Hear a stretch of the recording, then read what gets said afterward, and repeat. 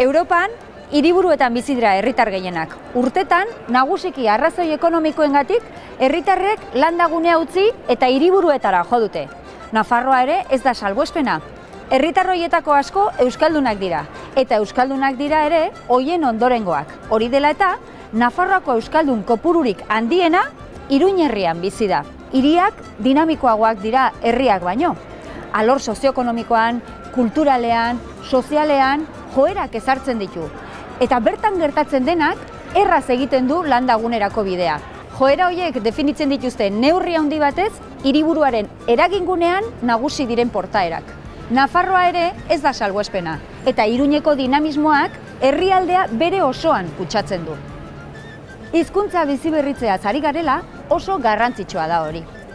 Hizkuntza politika eredugarria, hizkuntza praktika eraginkorra, eta euskararen aldeko dinamismoaren eredua bada hiriburua, herrialdea bere osoan kutsatuko da eta euskararen normalizazioa erraztuko du.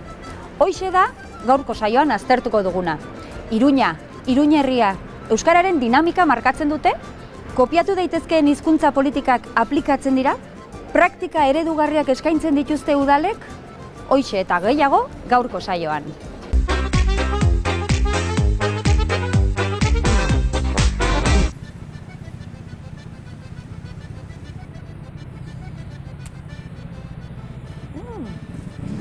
Kaixo, Sagrario!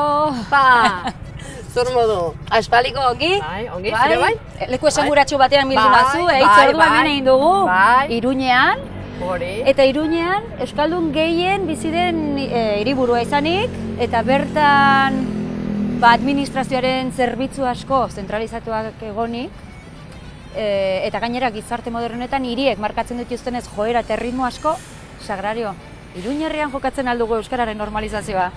Euskararen normalizazioan ikuste dut Euskal Herri osoan jokatzen dela, eta berezik nik esanen nuke Bilbo handian, bizi delako Euskal Herriko populaziorik handiena. Eta Nafarroari dagokionez, noski Iruin herrian jokatzen da hemen bizi delako populazioaren erdia baino gehiago, eta zuk esan duzun zerbitzuak eta kultura, arloa, eta aisia, eta hainbat gauza hemen daudelako zentralizatuak, eta Nafar guziak ona jotzen dugulako, une batean edo bestean, zerbitzu baterako edo besterako.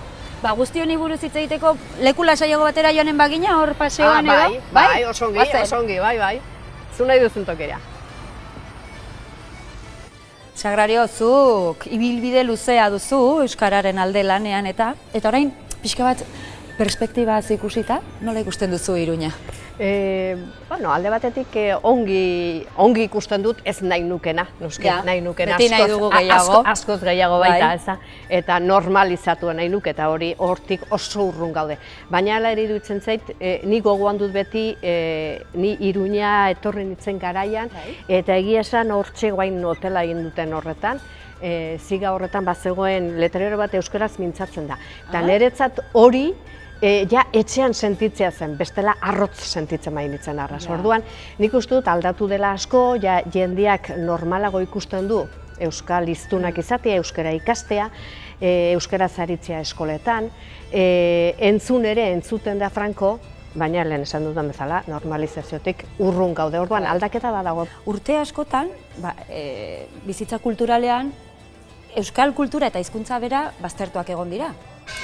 Eta aldiz, lehen etxi dira, beste flamenco on fire eta bezalako jaialdiak eta ze iritzi daukaz horren inguruan? Neri egizan lehenengo aldiz antolatu zutenean ikaragarrizko pena eman zidan, pena nola baita esatearen, iruditzen zaidalako beti kanpokoa ederrezten dugula eta gutxietsi gurea.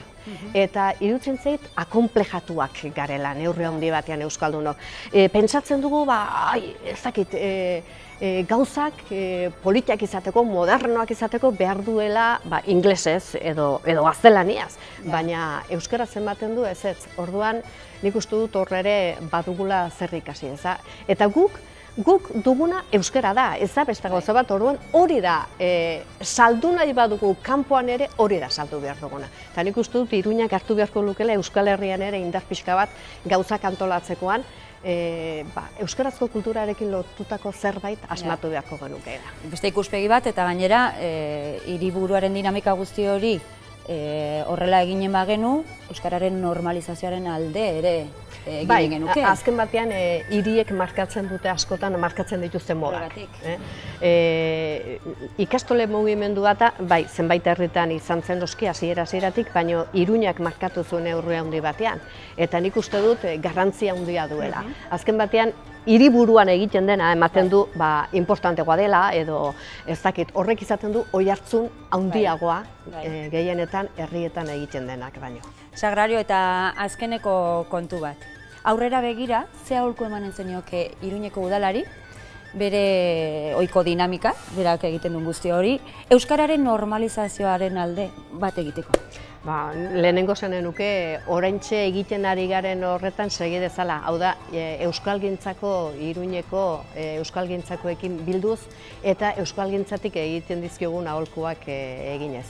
Momentu honetan, lehen aipatu ditut zenbait, bai kultura arloan, kirola arloan, berak antolatzen dituenak edo berak laguntzen dituen ekitaldi guzti horietan euskararen presentzia ziurtatzeko.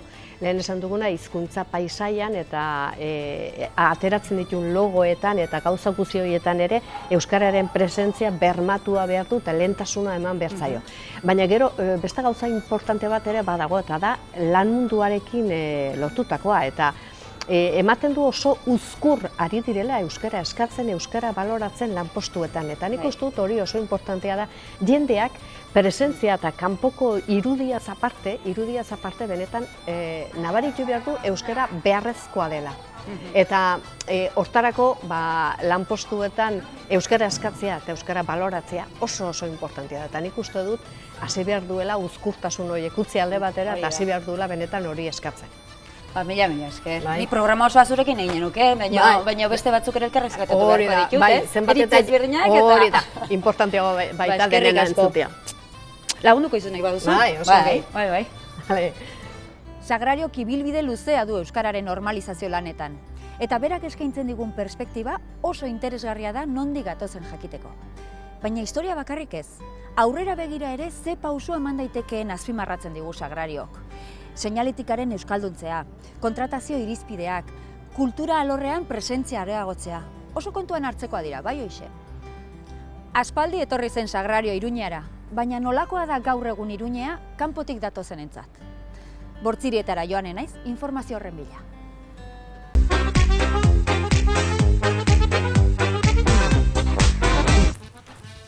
Ai, Patri, sartu daiteke? Entzinera, bai.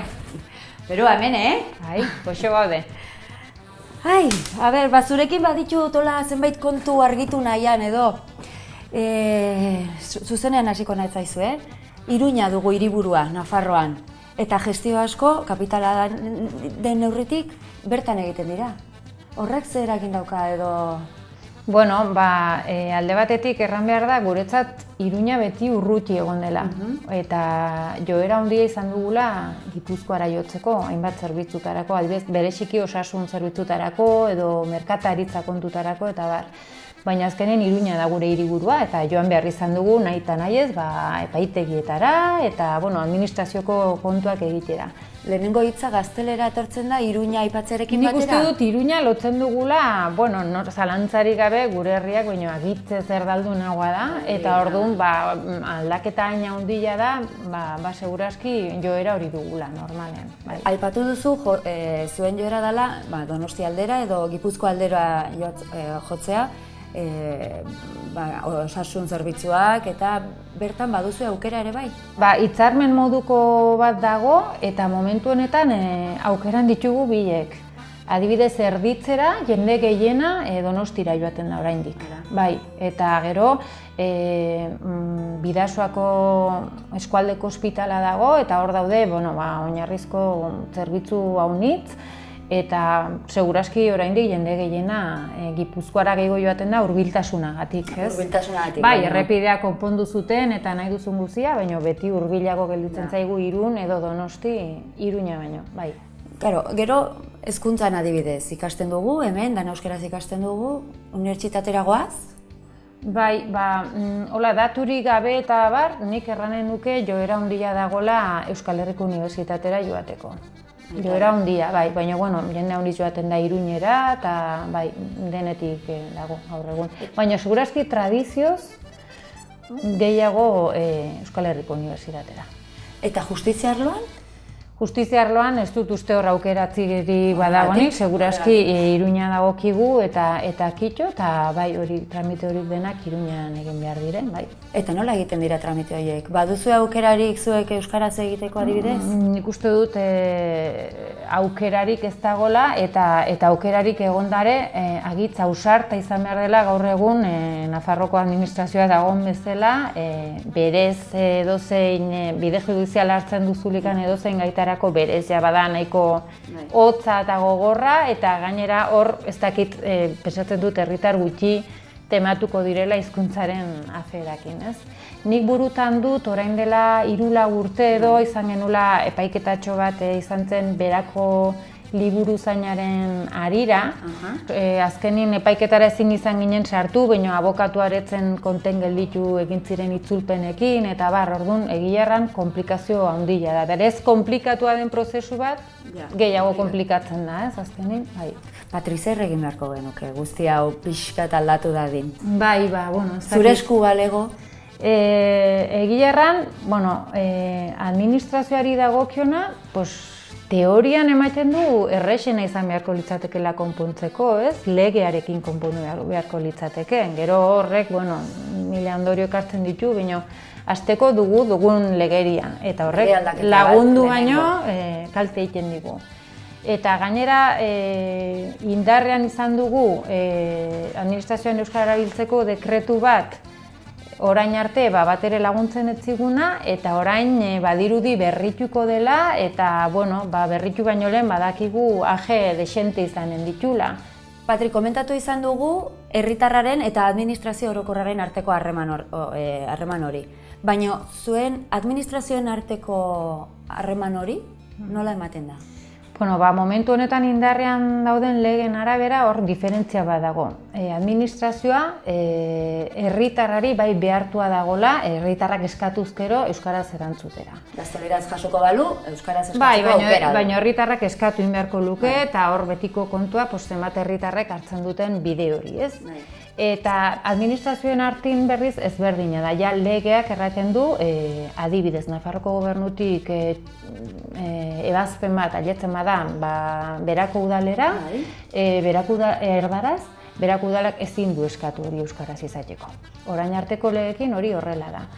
Orduan, handik honat hori da etortzen zaiguna. Eta zuek ze hizkuntza irizpidera hartzen dut? Bai, hemen, guk bortz udaletan egiten dugu lan, bortzetatik 4 ueman daude, orduan uemako irizpideak ditugu, eta orduan printzipioz, administrazioen arteko harremanak euskaraz izan behar dire, ez? Orduan, teorian eta onartuak dauden irizpideen arabera, hemendik Iruñera erran behar dugu, Nafarroko gobernura doaien guzia, euskaraz joaten da. Zer gertatzen da? Badakigu, prozedura batzutan behar dituzu azkar erantzunak edo hameka arrazoirengatik batzutan udalek erabakitzen dute ez hau ja elebiz bialiko dugu. Eta orduan ja hori bertan itzuli behar da. Horrek beti dakar dena atzeratzea, mantsotzea eta bar. Eskerrik asko, Patri, zu segi zurean, ez dizu denbora gehiago kenduko, eta ni banoa beste iritzi batzuren bila. Eskerrik asko zuri. Zuri. Aio! Aio! Arnasguneetan bizi diren herritarrak Iruñara jotzen dutenean, zailtasunak aurkitzen dituzte egin behar dituzten mota guztietako gestioak euskaraz egin ahal izateko. Bai osasun arloan, edo justizian, edo edozein arlotan. Nafarroako zerbitzuak zentralizatzeak erosotasuna ekartzen dio administrazioari, baina zailtasunak erabiltzaile euskaldunei. Hiriburuak harrera goxoagoa egin diezaieke eta egin behar die euskaldunei, bai kanpotik datozenei eta baita bertan bizi direnei ere. Euskara bideak du Nafarroan hizkuntza politikaren ardura parte handi batean. Mikel Arregi bisitatuko dut beste behin ere. Ea berak zer dioen.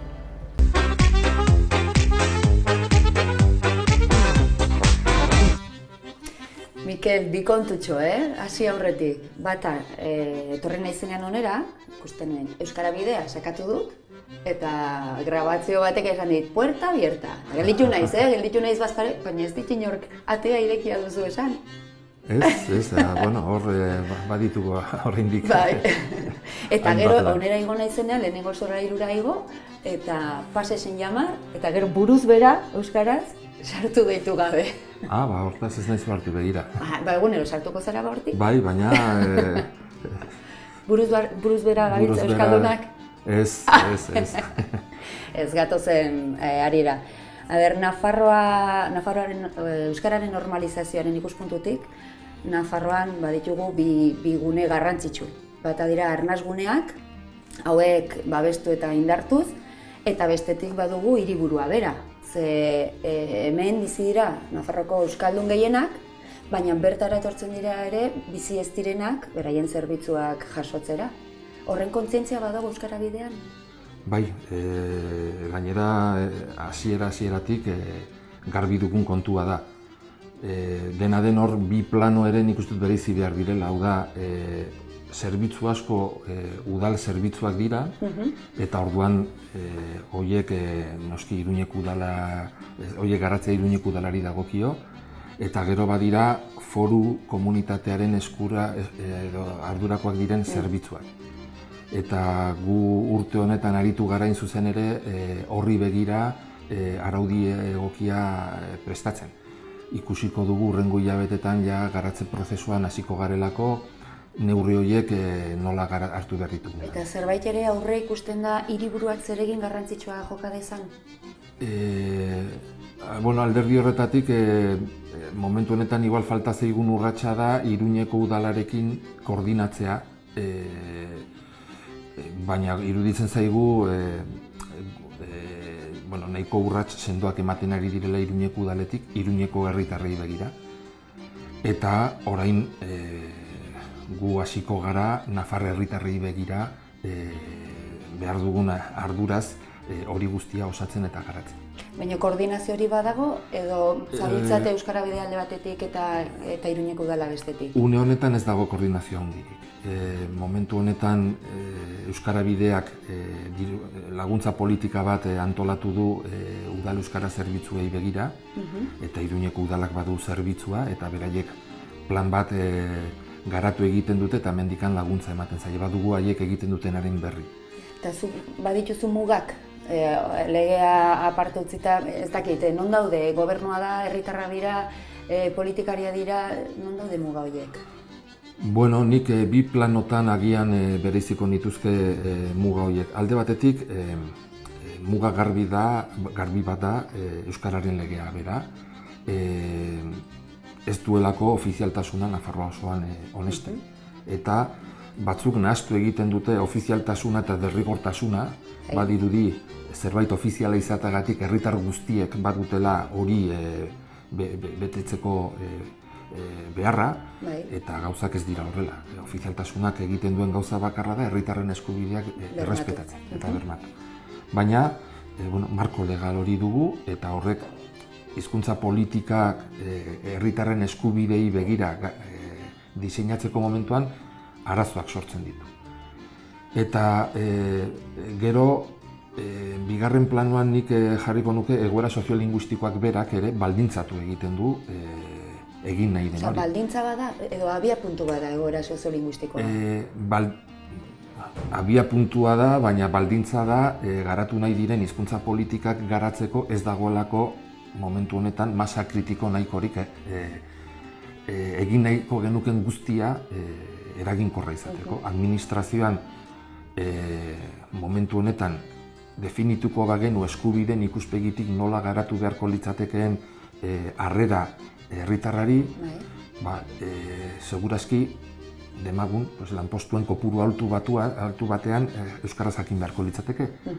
Baina gero realitatea da ez dagoela funtzionario nahikorik momentu honetan kopuru horien bidez herritarren eskubideak bermatu ahal izateko. Zeintzu dira lehentasun horiek euskararen normalizazioan? Pla. Bai, esate baterako ezagutzarako aukerak bermatzea. Hori argi eta garbi ikusten dugun lehentasuna da, bai nolabait hezkuntza sistemaren bidez, baina baita helduen euskalduntzaren bidez. Eta hor baliabideak jarri ditugu, Bigarrena da, administrazioarekiko harremanean ziurtatzea euskaraz egin ahal izateko eskubidea. Eta horrek ere, momentu honetan begiratu behar dugu ere, Nafarroan 20 urtez egon garela halako politika garatu gabe, eta orduan modu eraginkorrean aritu nahi baldin badugu hor inbertsioak ere egin beharko dira. Eta gero, guretzat ere lehentasunezko gai bada euskararen prestigioa edo euskararen inguruko jarrerak ere ikusirik Nafarroan zatiketa handia dagoela, eta eztabaida politikoan euskararen normalizazioa sartua dagoela, iruditzen zaigu herritarrari behar bezalako informazioa eman behar zaiola. Mikel, prestigioa zari zarela, bideotxo bat erakutsiko dizut. Seguraski ikusia duzuna, baina gustatuko litzaidake zure iritzia konpartitzea ere bai. Señora Presidenta de la Comunidad Foral de Navarra, doña Uxue Barcos, resto de equipo directivos y demás asistentes a este acto. Bueno, yo no sé euskera, así que good morning, buenos días a todos.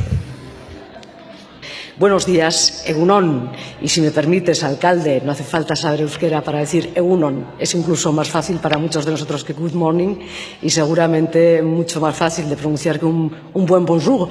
Pero dicho esto, yo os animo, porque son nuestras dos lenguas y ese pequeño gesto creo que a todos nos reúne, nos reconcilia, nos encuentra y es hermoso. Zer? Martziako alkateak eta lehendakariaren erantzuna Uxueren? Bueno, nik uste dut eman daitekeen erantzunik txukunena eman duela. Nik horren berri entzun nuenean alde batetik pena sentitu nuen, hori aitortu behar dut. Nik uste dut, hain zuzen ere hori dela ezjakitasunaren proba bat. Herriko alkatea da, eta nik uste herritar guztiekiko errespetua eta instituzionalki ere Nafarroako lehendakariari errespetua sortziola. Eta gainera hori entzunda, norbaitek pentsa dezake inglesaz dakiela. Ez? Agurtu badu inglesez. Good morning horrekin. Ez, baina agian badaki, Martzillako inglesa, igual. Pertsona hori ezagutzen eta agian jakin badaki, baina guztiz lekuz kanpokoa iruditu zitzaidan bere jarrera hori. Mikel, eskerrik asko. Eskerrik asko zure hitzengatik ere bai. Eskerrik asko zuei. Hizkuntzaren prestigioan jokatzen dugu asko. Euskara indartu egin behar da arlo horretan, eta horretarako hizkuntza politika eragingarriak implementatzea bide egokia da dudarik gabe. Euskaraz atenditua izatea, zerbitzuak euskaraz baliatzea dira bidea prestigiatzea hori bermatzeko. Baina zer nolako arreta egiten dio administrazioak euskaldunei? Horretarako, administrazioa euskaraz taldeko kide den Fermintxorekin egin dut hitzordua.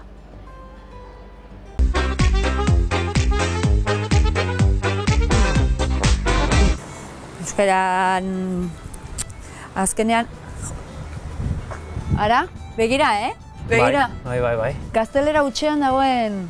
Handia, bai, oso ohikoa da. Guzti honi buruz jarraituko dugu, Leku zoragarria dugu hori, goazen hortik. Fermintxo, Nafarroako egitura administratiboa ikusirik, zerbitzu asko zentralizatuak daude hemen. Baina, zentralizazio horretan ez dira kontuan hartzen, adibidez, Nafarroko iparraldean bizi diren euskaldunen eskubideak. Horrek ze ondorio ekartzen ditu? Nik uste dut batetik herritar guztiak ditugu hizkuntza eskubide berberak, ez bakarrik iparraldekoek, baina egia da haiek legez ere onartua dituztela. Eta, ze ondorio dituen, ondorioa da, ona etortzen direnean, hainbat kudeaketa egitera, ez direla betetzen legez onartu dituzten eskubideak. Baina azkeneko hilabete hauetan eta entzuna dago eta badakigu dekretua lantzen ari da. Horrek ze aldatuko luke? Dekretu berri batek? Foru dekretu horretan hori kontuan hartzen da. Kontuan hartzen da zerbitzu batzuk Nafarroa osorako direla nahiz eta eremu mistoan egon. Baina nik uste dut praktikan berehala konbentzat ez dela inolako aldaketarik izanen. Eta ez da aldaketarik izanen, batez ere hori konpontzeko bidea delako hizkuntza eskakizunak jartzea, eta hizkuntza eskakizunik ez duten lanpostuetan euskararen ezagutza baloratzea lan deialdietan. Hor esaten da, bai, hizkuntza eskakizunak jarriko direla, baina foru dekretua oraindik ez da honetsi. Eta honesten denean, urtebeteko epea dago, departamentuz departamentu, egoera zein den aztertzeko eta plangintza bat egiteko. Legegintzaldiko 3. urtea pasa. Eta, beraz, legegintzaldi honetan ez dut uste aldaketarik izanen denik. Gero, bestalde, zalaparta handia izan da foru dekretu berriarekin, batez ere, euskararen oso aldekoak ez diren sindikatuek zalaparta egin dute, nonbait euskararen ezagutza gehiegi baloratuko delako lan deialdietan, eta hori erabateko gozurra da. Ez nahi dute hor, egoera ez da aldatuko. Ez nahi dute, Nafarroko gobernuak erabiltzen duen sistema nagusia, gehienetan erabiltzen du oposizioen sistema. Oposizioetan ez du inoiz, salbuespenen bat izan da, baina ez du euskara, ez ditu hizkuntza baloratzen. UPNek ingelesa baloratu zuen, 6 urtez, baina euskara inoiz ez dute baloratzen. Eta, klaro, orain foru dekretuan izanen diren aldaketak, izanen dira bakarrik oposizio lehiaketetan beste figura bada. Kasi ez da erabiltzen, da osasun bidean bakarrik. Hau da, lan deialdien 80%etan ez da euskara puntuatzen, eta hori ez da aldatuko foru dekretu berriarekin. Orduan zurrumurru hori ez da benetakoa. Ez, hori da, Trumpekin ez dute ez, postegia edo postberda edo hori ere gauza bera da, ez nahi dute. Ez dagoen realitate batekin sekulako zalaparta egiten ere dira Diario de Navarra eta hainbat sindikatu, baina euskararen puntuazioa oro har 0 da, eta horrekola izaten segituko du. Horren aurrean, Nafarroko gobernuak egin litzake, hartu litzake zenbait neurri, ez, adibidez. Ze neurri? Batetik, UPNek ingelesarekin egin zuen bezala, ez? Nafarroko gobernuak esaten du, ezin dugu euskara puntuatu, hau oposizioa delako. Batetik, egin dezakezu. Ez egin oposiziorik, egin oposizio lehiaketak, erabili sistema hori. Eta hor ja, eman euskarari puntuazio bat, hori da bat. Eta bestea da, hori UPNek egin zuena, ez? UPNek egin zuen 6 urtez edo, A eta B mailako oposizioetan,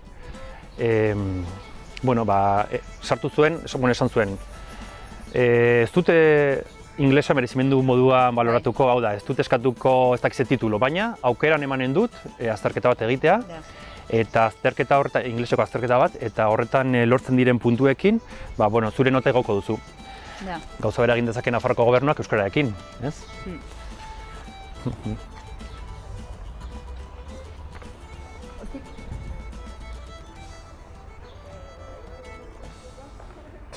Entzun ditugun arazo eta kezkak buruan ditudala, Iruñako alkatea bisitatzeko unea iritsi da. Urtetan UPNren eskutan egonda, baina azken 2 urte hauetan aldaketa bilatzen duen koalizioak eskuratu du alkatetza. Horren buru Joseba Asiron dugu, eta aitortu behar dizuet nik ere irakasle izan nuela. Banoa, ea ze kontatzen digun.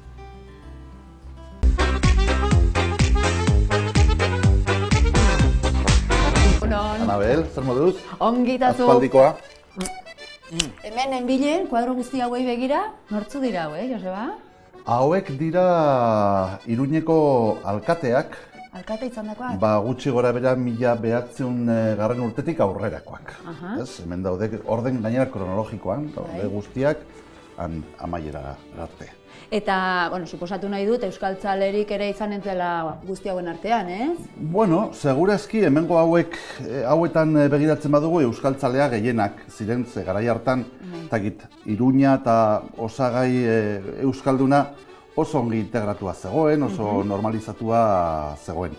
Gero ja hortik aurrera frankismoaren garaian alkate izandakoak eta hortan zailagoa izango da. Aurkituko genituzke arraz, gainera euskararen guztiz kontra zeuden batzuk, salbuespenak, adibidez Miguel Javier Urmeneta, euskaltzalea izan zen, da euskara babestu zuen, Javier Erize, jauna ere, oso zakit. Baina, horiek salbuespenak beste testuinguru batean. Orain zuzara alkatea? Orain neu naiz alkatea. Iruñako alkatea, eta esan daiteke neurri handi batean, hiriburuak markatzen duena herrialde guztiaren dinamika kulturala edo balor sozioekonomikoan ere bai, edo ze ekarpen egin dio alkatetza berriak euskararen normalizazioari? Hombre, pentsatu nahiko nuke alkate euskaldun bat izateak horrek berak zerbait adierazten duela, ez? Zerbait normalizatzen ari dela. Eta gero hortik, gure ekintza politikotik aurrera ere, pentsatzen dut nabarituko dela batetan, ez? Hainbat aspektutan nabaritu behar da, orain adibidez, ez bakarrik alkate, baizik eta zinegotzi dezente euskaldunak daudela, nire talde politikoan konkretuki guztiak. Eta aldaketaren aldeko gobernu bat garela hori nabaritu behar da baita ere. Joseba, hizkuntza politika 3 kontzeptu definitzen dute. Batetik daukagu legea edo araudia, plangintza dugu eta baliabideak. Nolakoa da udalaren hizkuntza politika 3 arlo hauetan? Laburki bada ere, Banan. Bai. Baliabideetan igual, ez dakit, errezagoa da erantzutea, ez? Eta batez ere, adibidez, datu bat, ekonomikoki, ez? Ekonomikoki guk hasiera batetan zeuden baliabideak 3 koiztu egin ditugu. Bada, zerbait, orain jarri duguna, baina batez ere lehen oso gutxi zegoelako. Beraz, baliabide ekonomikoetan dudari gabe ahalegin bat egin da. Giza baliabideak baita ere, guk bikoiztu egin dugu gure euskara zerbitzuaren tamaina. 5 pertsona berri sartu dira eta momentu honetan daude 5 itzultzaile, 3 administrari eta 2 euskara teknikari. Beraz, hortan ere, pensatzen dut, eraman ditugula giza baliabideak beharrek okupatzen duten mailara, ez? Euskara legea bat zegoen, euskara ordenantza bat zegoen nolabaiteko araudia, baina inoiz etzen betetzen baitugu sententziak, behin eta berriro udalaren kontra zentzuretan gauza, minimoetan ere ez zuten euskararen maila errespetatu Iruñan. Eta plangintzan gure helburua dudari gabe da normalizazioa eta sustapena, 2 gauzak. Hortan, ari gara poliki ere lan egiten. Ez dakit adibidez, badira aspektu batzuk nola programazio kulturala, kultur programazioan, orain markatu dugu, gerora begira 20% izan beharko dela euskaraz. Lehen, ez zegoen alde horretik ezer. Zibiboxen sarea dela gune kulturala hirian, atea ireki diogu euskarari. Lehen deus ez baitzegoen. Orain hasi behar du, hasi gara, dagoeneko argitaratzen euskal literatur lehiaketa lehen argitaratzen etzena. En fin, baita gure agerpen publikoetan, diskursoak elebiz egiten ditugu, agerpen guztiak, prentsa obarrak egunero bat, egiten da euskaraz minimo, en fin, gauza batzuk igual beste toki batzuetan normalak edo normaltzat hartzen direnak hemen Iruñan berritik zerotik hasi bere izan dugu. Erakutsi nahi dizkizut zen, lehen aipatu didazu, oharrak eta egiten dizuzuela minimoki, jarriko gara? Uzten didazu?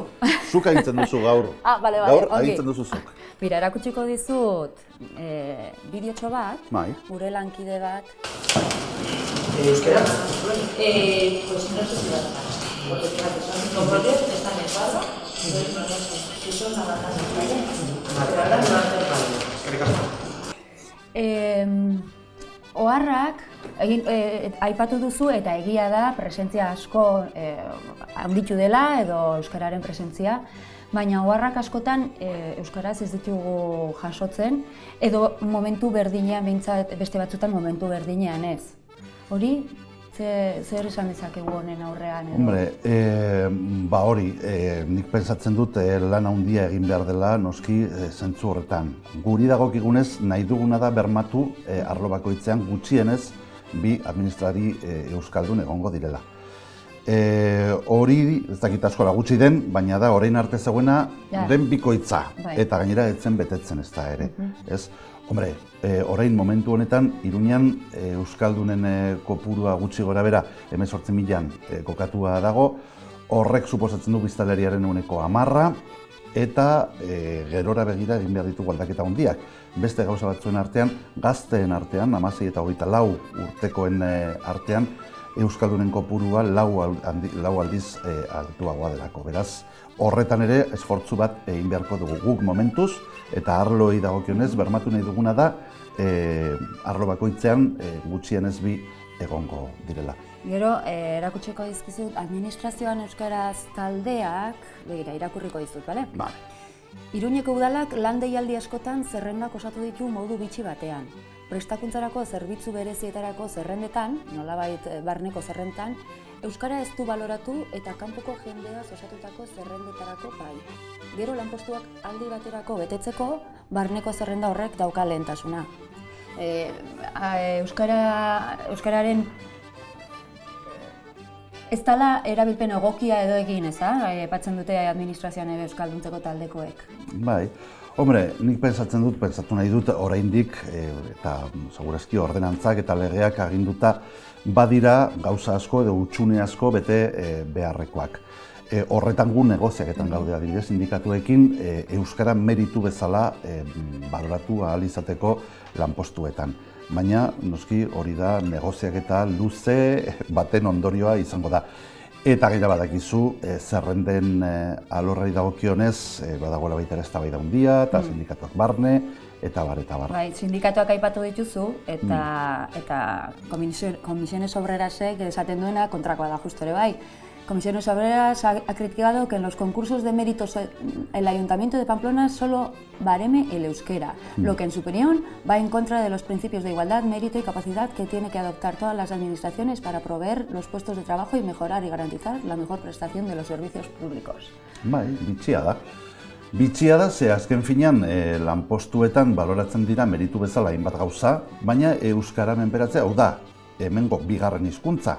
Iruñak bi hizkuntza dituelako, Iruñan dagoen beste hizkuntza hori menperatzeak, batzuentzat ez luke suposatu behar meritu bat, eta hori oso bitxia da. Ze azken finean, prestatuago, komien artean dago, bastakit, hemengo lana normaltasunez garatzeko. Hizkuntz profila aipatzen duzu eta aipatzen zenuen ere meritua gutxienez kontuan hartzekoa. Hemen baditugu datu batzuk, hemen, Iruñeko udaleko plantilla organikoa argitaratu zen 2017ko martxoaren 8an. 1615 lanpostuetatik euskarazko hizkuntza profila 51 lanpostu daukate, 3,6. Egun berean, Iruñeko udaleko hirigintza gerentzia organismo autonomoko plantilla organikoa argitaratu zen. 33 lanpostu dira euskarazko hizkuntz profili gabekoa guztiak. Biztanleen 22 euskaldunak edo euskaldun hartzaileak diren hiriburuan. Bai, arrazoi osoa... Zer egin dezakegu datu haueko betzeko? Bueno, hombre, poliki-poliki alako plangintza eta alako politika bat garatu egia da. Ezke, aipatu dituzun datuak ez dute islatzen ez da zein den Iruñaren errealitatea. Iruñeko errealitatetik behera daude, ez? Eta badira kasu nabarmenak adibidez udaltzaingoan. Udaltzaingoan ez dakit ezote den euskaldunak direnen udaltzainen uneko, ez dakite uneko bat inguruan edo dabien. Hori ez dator bat errealitatearekin eta adirazten duena da aurreko legealdietan egon den kontratazio politikan edo ez da kontutan hartu euskara edo kontutan hartu da baina alderantziz. Joseba, azkeneko galdera bat egin dizut, baina hemen ez, inportazko zaizu beste txoko hartan. Bestaldeko txoko hartan, bai?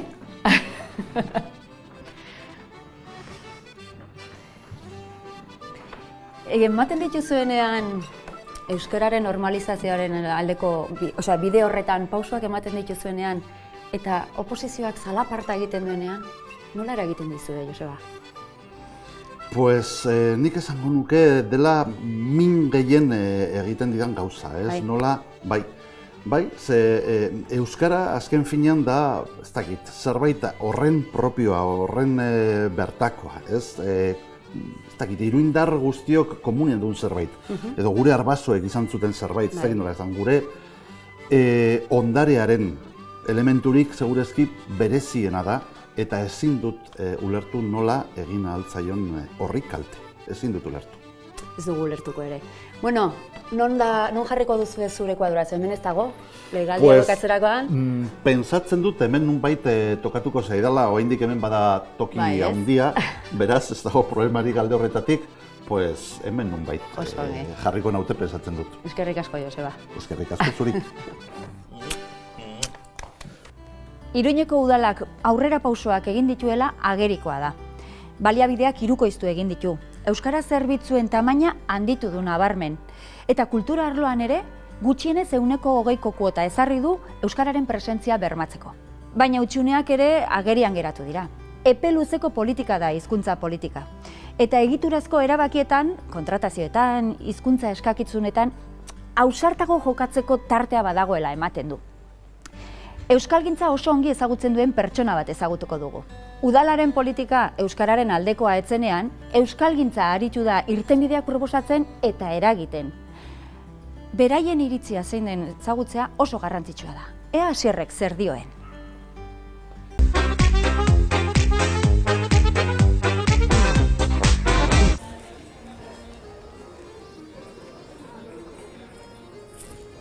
Asier, aspaldiko.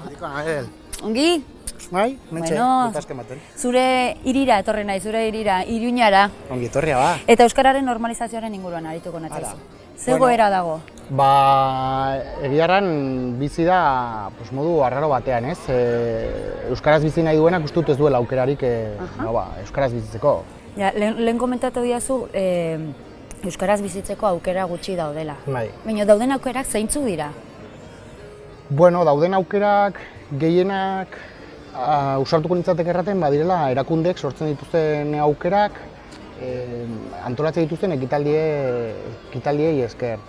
Gero egia da, administrazioan topatzen aldituzula hainbat eremu, zeinan langile euskalduna dauden, batzutan administrazioak berak bilatu duelako, profila dutelako lanpostu horiek, eta bertze batzutan profila izan dare ez dute euskaraz egiten. Orduan hor aukerak ez dugu gezurrik erranen. Zu hona joaten baldin bazara udaletxeko paper batzuk egitera kontestablera, hori jende euskalduna badago, normalean gainera jartzen dute identifikatuak daude horiek. Identifikazio bat, bazuke jakiteko.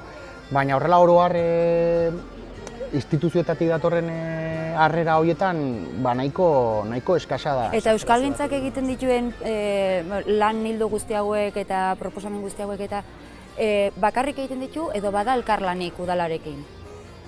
Momentu honetan egon badago. Momentu honetan udal gobernua aldatu zenetik, gu harremanetan jarri ginen beraiekin, eta arren genien berezik interesatzen zaigula ez izatea bi izate isolatu baizik eta elkarlana egotea. Eta elkarlan horretan lortzea hainbat punto komunak zirenak. Gero guk aldarrikatuko dugu gurea, seguro, beti udalak ez du ematen zoritxarrez, instituzioak ez dute ematen zuk nahi duzun guztia. Baina ikusten genuen oso garrantzitsua, gobernuan dauden alderdi horiek guztiek ikustea, lehenik eta behin, zer sinatu duten, eta sinatu duten horren arabera, adibidez, ordenantzak aldatzea baldin bada, ados, hori aldatuko dugu, horretarako konta ezazue gurekin, ze gu nolabait gara, kakotxen artean jarriko dut, adituak, horretan ari garelako, aldi hori euskara eta ordenantzak eta lortuko dugu seguramente, guztioi gustatzen zaigun zerbait. Zuek emanen duzu pixka bat, negoziazio guztiak dutena. Zuek eman, guk utzi, eta horrekin lortuko dugu. Ze biok norbera bere bidetik joaten baldin bada ez du funtsi. Eta gainera, elkarrekin joateak indarra ematen du. Pentsatzen bat indar dauden orain udalean. Eta askotariko pentsaera gaude. Gu ere askotariko pentsaera gaude, pentsaera gehiago, eta horrek fruktu ematen du. Jo, Asier, mila esker. Urrengoan elkartzen naizenean, esanen dizkiazu ze beste pauso eman diren. Hori da. Bai? Saiatuko naiz. Eskerrik asko, Asier.